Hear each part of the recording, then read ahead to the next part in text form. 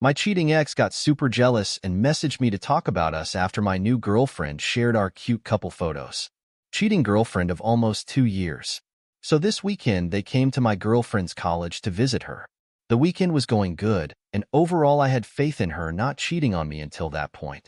But up to that point, we also have had our problem in our relationship. But we've been able to communicate and get past all these humps. That morning we got into a little argument that we weren't able to resolve. But I planned on talking with her the morning after and resolving her conflict. I thought she was different. They always are. But on the last night, I went to sleep early and heard her talking with her roommates about me. So I stayed up and listened. They spent the whole night talking about me, and her roommates were trying to convince them to drop me. They kept exclaiming, "Drop me," out loud and clear, over and over. And if that wasn't bad, I heard her other roommate mention to her, "How many hoes does she have?" I didn't hear what she said because she said it quietly, but I'm sure the answer was something I didn't want to hear. The night went on, and they kept talking about me and our relationship, how this person would be a much better fit than me. And the icing on the cake to that night was the fact that she said she got drunk one night and hooked up with someone. That was the icing on the cake.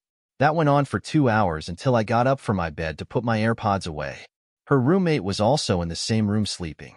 I'm not sure she heard me get up, or the roommate alerted them, but they all got super quiet, to the point where one of them said, "Shush." So my girlfriend came to bed soon after that last incident, and I told her I was going to get a hotel for the night. But luckily, I was leaving the next morning, so it worked out for the best. It was a horrible night. I confronted her about it, and she kept trying to gaslight me and tell me that it was because I was hearing lies. I did smoke some weed earlier that night, but like not a super crazy amount. But she's so insistent that everything I heard was lies, or the weed was making me hear things. And I told her it's cause either I was crazy and needed to get checked out, or I heard exactly what I heard and you just keep lying to me. She said that she just recommends that I stop smoking weed. I told her I just wanted her to admit it, but she wouldn't budge. She won't budge. She's sticking with her story, and I can safely say after almost 2 years this relationship is ending. Even the next morning she has been trying to convince me. I keep poking holes in her story, and she won't budge. Getting the truth out of her seems impossible, but I just want the truth. I asked her again, "Either I am crazy or you're lying." She responded with the mind is a crazy thing, not calling me crazy directly, but basically is. Keeps dodging the question. One of many questions I asked that she dodged. A part of me wants to believe her, but I know what I heard. I was listening for the whole 2 hours, every single thing they said. Very thin walls. I'm going to really miss her, but it is what it is. She wasn't the one for me because if she was, she wouldn't be in this situation right now. And now, afterwards, after a few hours have passed, all these red flags are becoming very obvious. We stopped having sex a lot less. Her phone was constantly dying. She never defended me when her friends disrespected me or us in front of my face, so I can't imagine what went on that wasn't in front of my face, and she's just always been sneaky. There was one time when we went to a hotel together, and she left her phone at home to make it look like she was home, so her mom wouldn't find out. I talked about that moment with her afterwards, and she said that she would never do that to me. I feel like a fool of her believing her now. She's also gotten caught sneaking out in high school. It's becoming much more obvious what type of person she is now. So okay with how everything is ending up now. I feel like I should be much more upset, but I was just more angry and in shock hearing all the things she said. Now I just keep doubting myself, thinking did I make the right decision? Or maybe I'm just actually crazy and heard the whole 2-hour conversation in my head. I don't know anymore. I'm just going to miss her. And now an update. So I said my final goodbye. I took some hours to recoup and told her very calmly that out of respect for this relationship we had, I would still like to be somewhat cordial, since we were getting a job together that's maybe a handful of times a year, and I don't want to quit because the pay is too good and it is a cool job. So we might see each other every now and then. She responded very aggressively, of course, but then mellowed out and we had a nice talk. I don't want to get back together with her at all, and I don't care about knowing the truth anymore. I heard what I heard, and that's enough for me. So that will be our final talk. Part of me wants to hate her, and maybe I should, but I will just talk her down as a lesson and move on. Nothing good comes from hate and resentment. I still have to see her in a month to make our official exchange, so we'll see how that goes. But other than that, I picked myself up today and forced myself to work out, so I got a 12-mile bike in today. Watched a good podcast, read a chapter of one of my books, and had a good sauna session today. I also did some good studying for my coding school that I am in currently. I'm ready and excited to become an individual and to put myself as the priority again. She's wasted enough of my time, and I won't let her waste any more of it. I'm 21 years young and still have a whole life of experiences to live. Top commenter Western Pace 9530 says, I've always believed long-distance relationships never work out in the long run. Separation makes cheating very easy thing to do. Next morning, I wanted to reconcile with you. Keep you because cheaters usually trade down with an affair partner. Cheater's guy is probably a habitual bedpost. I'm not sure. And you have a much better wage-ratting job than she does. Leave. Don't say goodbye. I'm not sure. The Opie replies, yet it's just been real tough, especially because she was my first relationship with the girl I truly loved. But luckily, I have some good family and friends I was able to talk to and feel much better. I know it will keep hurting, but in the end, this is the right choice. She never respected me enough to at least even have my back. And now I notice this whole tower of lies she's built, and it's falling apart, which makes it easier to at least try to forget her. Only how she was just playing and manipulating me this whole relationship, but I just thought she was the one. But if she was truly the one, we wouldn't be in this position. At this moment, what hurts the most is the fact that it seems she's moving on so quickly being without me. When I left the hotel, she told me that I left so quick and didn't even fight for her, or want to communicate about this. It's all about communication, but I realized she is a victim's mentality. In her form of communication, it was just her opportunity to manipulate me. She's always been the victim, and I've always fell for it. Update. Aftermath. So it has been a little over a year since that whole me catching her cheating happened. If you haven't read the original post explaining it in detail, it should be on my profile. But to sum it up shortly, I visited my girlfriend's college for her birthday, and I was in bed trying to go to sleep until I heard her and her roommates mentioning her and me and talking about us. Just a brutal 2 hours unfiltered conversation, appearing all the things she has done. So I sat there in bed, listening for 2 hours until she got back to her room, like nothing ever happened. I left that moment to get a hotel for the night. I remember when I got up, just a shock of like, did I just imagine everything? But I didn't let myself be manipulated again. I packed my things and left. I didn't even conversate with her as I'm walking out. I get up to leave and she asks, why are you leaving? You know exactly why. I heard what I needed to hear and was just trusting my own ears because I can't even trust myself. Then who could I even trust? I was aware of her manipulation and wasn't going to fall back into that trap. I fast forward a few months with somewhat kept in contact, the apathetic I know. Part of me was just hoping that maybe that I can change her, or that she can be the person that I know she could be, or thought she could be at least. So we just go on dates as friends basically. What's even more pathetic is that she continued to disrespect me multiple times, and I still believe that she could maybe change. One time I went out with my friends and I saw her there. I just went over and said hi, and she just kind of shrugged me off. But my mood just changed completely. I was just saddened to see her there. And what's even worse is that I walk in and see her dancing with someone else and she bumps into me, which made my mood even worse. But it gets worse. When I'm leaving, she hours to dance with me and I take her up on that happily. And we were dancing fine until she told me that I still haven't apologized for that night. As pathetic as I was that night, thankfully I did not apologize and she just ran off crying to her friends. I left her right after, but I caved in text that night apologizing. So still ended up being even more pathetic somehow. Even more pathetic. During the Valentine's week, specifically when I was watching the Super Bowl, I ended up texting her that I missed her and don't get a response for another 3 days saying that she's been thinking about me too. Yeah, I know this was all very pathetic. For as good as I was doing for myself by focusing on myself, I made a fool of myself. And we continued talking on and off for a few months, but it was just different. I stopped holding my tongue and started just saying what was on my chest, because I never wanted to bring up anything bad because I wanted to try to preserve the relationship. But after that, I was just done with that. I was then holding my tongue after being continually disrespected like that. So we stopped talking for a bit, occasionally seeing each other at work every now and then, but just as coworkers really, then I set it to just stop texting her and move on. I started talking to this girl who has been great, and we talked for a few months, and when this girl posted a picture of us on her story, my ex instantly came to my messages and started texting me. She texted me at first just saying she wanted to talk about us, but I knew why she was texting me. So foolishly, I took her on her offer to talk to her in person. At this point, this girl was just a friend because it was just so scared of the relationship and it just wasn't ready for one. So then I told her this, and then we continued talking for the dynamic changed again. I didn't really see an opportunity for us considering everything that has happened up until now and all the disrespect I took, but decided to give it one last on a shot to see if I had changed my opinions, but to no avail. We end up arguing a lot more because I call her out on things now and it doesn't work out.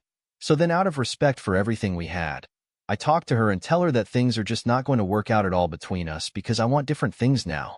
So we stopped texting each other. Then soon after I started to catch feelings for this friend that I have.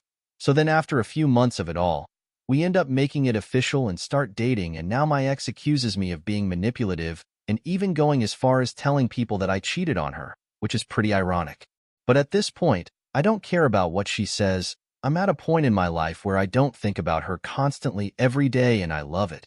I hate it feeling like that. I can't control the reactions of others, but one thing I can control is my own reaction. But overall, in the years since we broke up, I am in a much greater and healthier position. In this whole year, I was hurt a lot, yes, but instead of letting this hurt and pain consume me, I've been digged out to other activities that would benefit me, like my physical, fitness, and my career.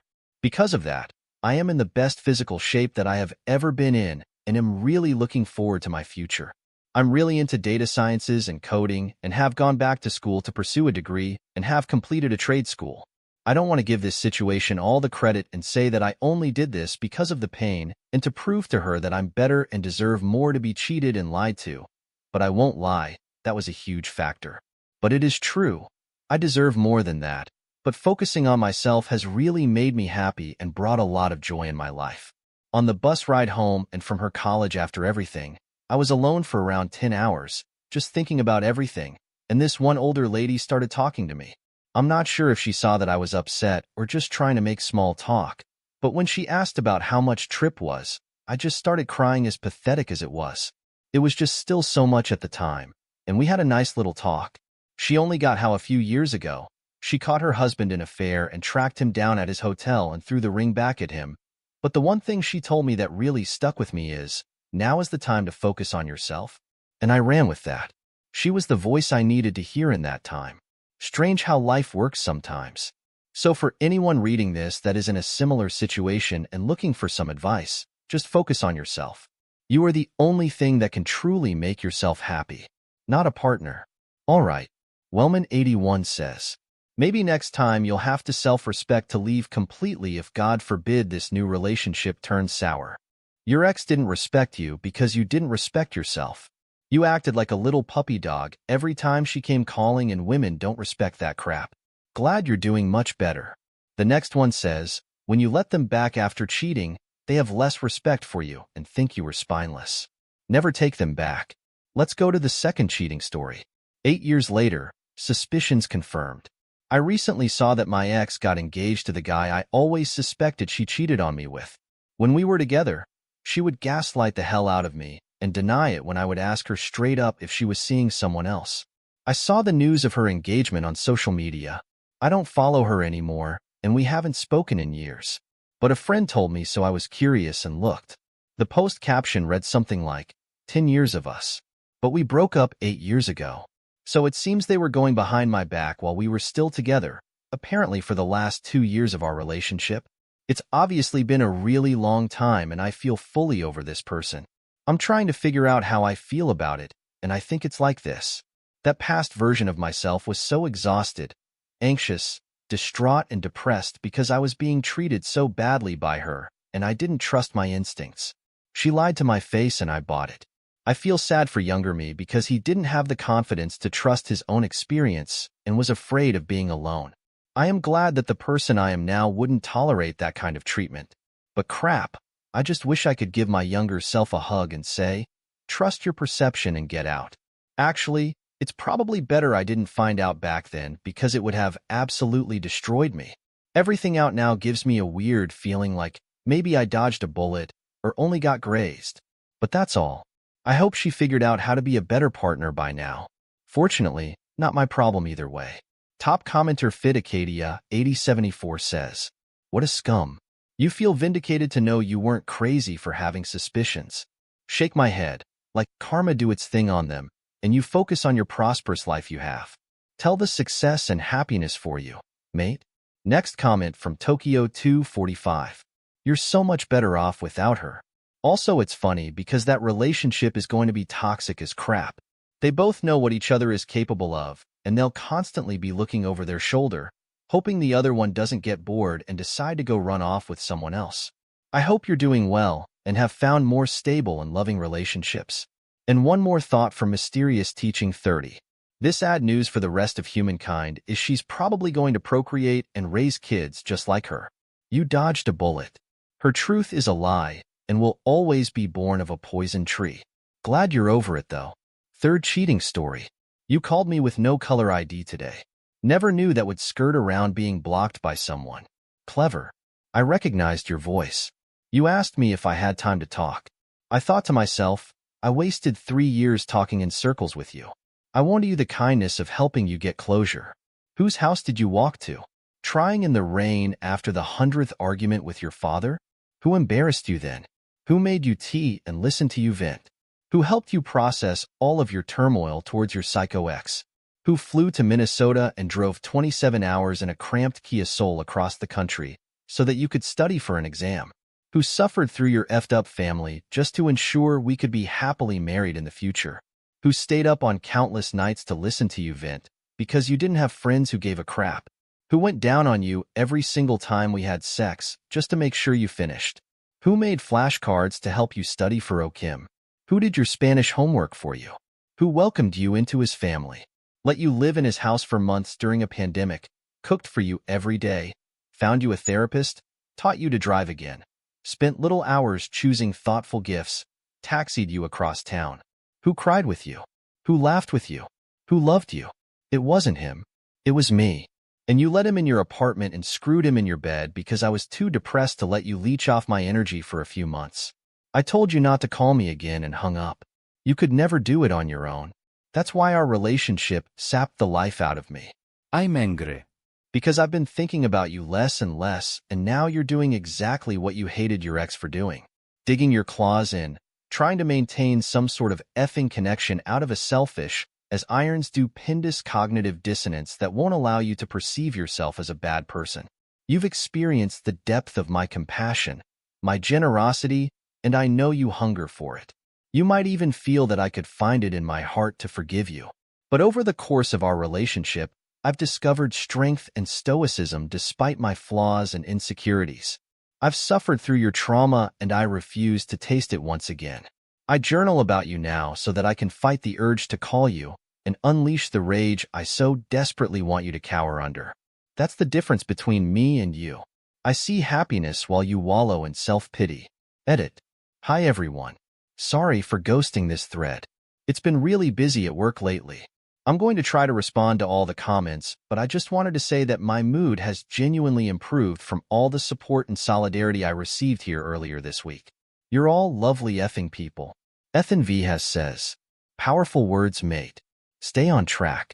You're going to come out of this better than ever. Next comment from No Fear. No there. Nice door slam in the face.